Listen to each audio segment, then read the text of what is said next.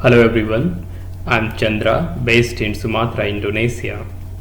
My research interest is to quantify greenhouse gas emissions from large scale land use and land use change in tropics. In the following presentation, I will discuss our published research on methane emissions from tropical peatland. This research has been published last year in Global Change. As we know, the atmospheric methane concentrations has more than doubled since industrial revolution. Methane traps 84 times more heat per mass unit than carbon dioxide over a 20-year period. The atmospheric methane accounts for more than 20% of total radioactive forcing. There is an increasing importance of methane emission reduction to achieve 1.5 degree target. The shorter lifetime, around 12 years of methane, makes it attractive for policy making because by reducing a small amount of methane, we can make greater and quicker impact on global warming.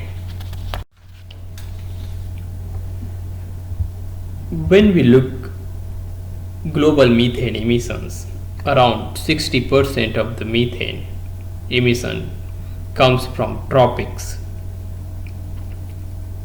and wetland dominates in such area. The coastal lowland of Southeast Asia hosts one-third of tropical peatland with majority located in Indonesia. They represent unrecognized and poorly understood component of methane cycle. When we look regional methane emissions for Southeast Asia, wetlands are the major source of methane emissions with large uncertainty.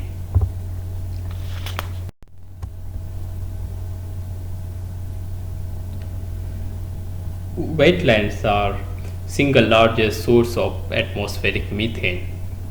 In contrast to temperate and boreal peatland, tropical peatlands are forested. They are also known as peat swamp forest.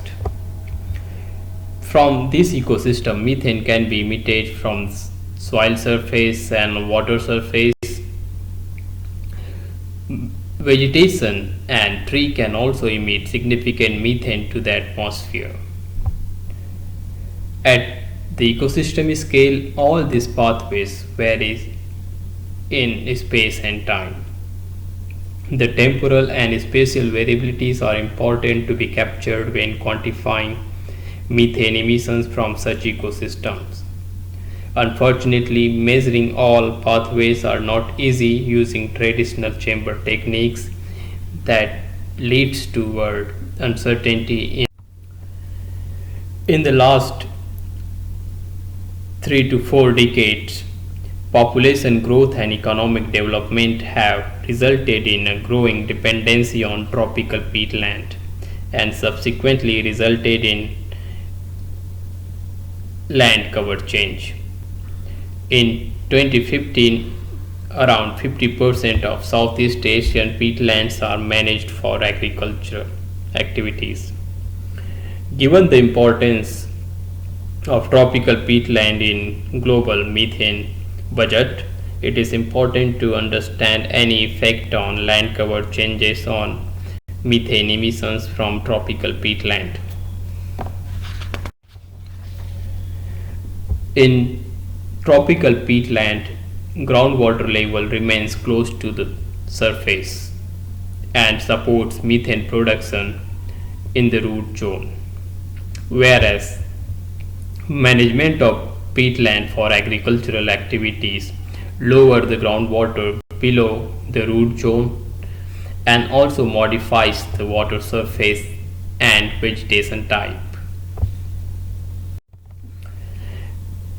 In this context, we attempted to determine the magnitude of methane emissions while incorporating all existing pathways of methane emissions. We explored the link between methane emissions and associated changes in the environmental variables. Then we finally quantified the net impact of altered landscape on methane emissions, that is, comparing methane emissions from altered landscape with natural peatland.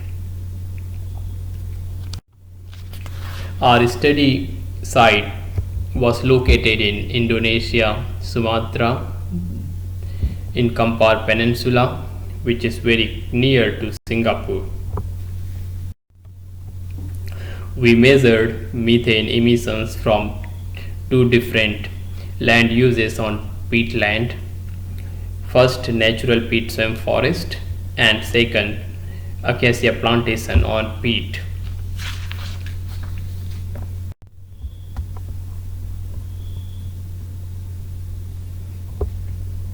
We used a decovariance technique, which requires measurements of methane concentration and vertical wind speed above the vegetation canopy. Therefore, we built a 40-meter tall tower and installed instruments at the top of the tower.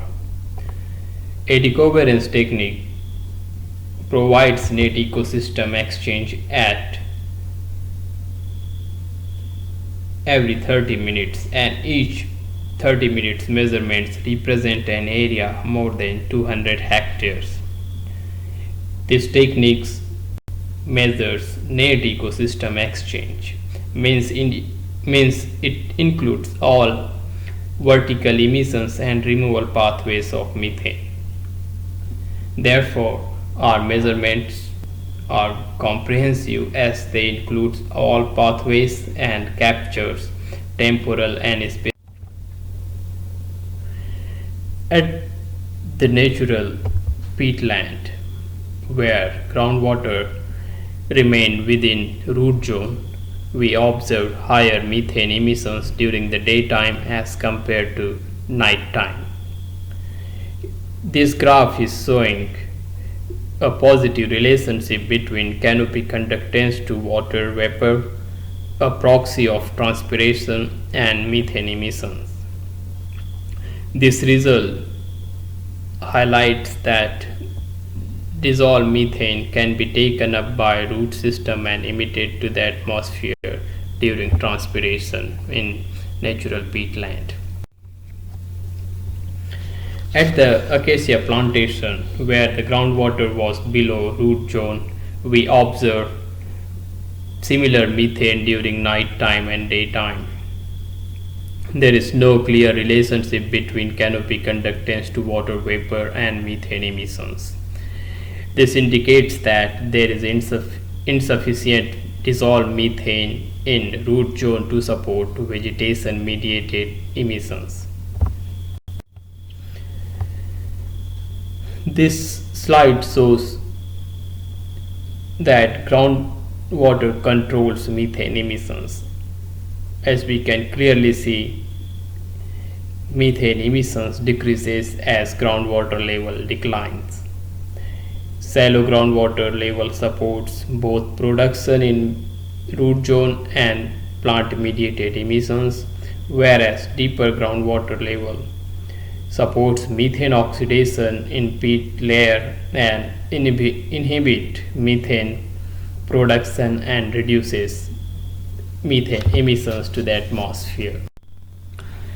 In order to quantify the impact of plantation forestry on methane emissions in tropical peatland, we compared methane emission from acacia plantation with methane emissions from natural forest.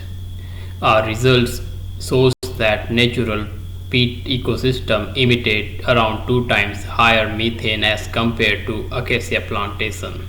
Therefore, plantation forestry reduces methane emissions.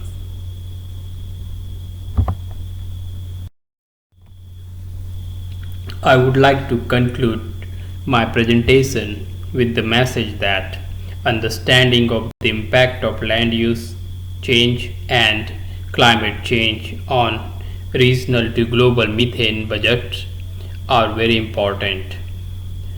Our results are useful for different level of GHG inventories and also for land use policy guidelines.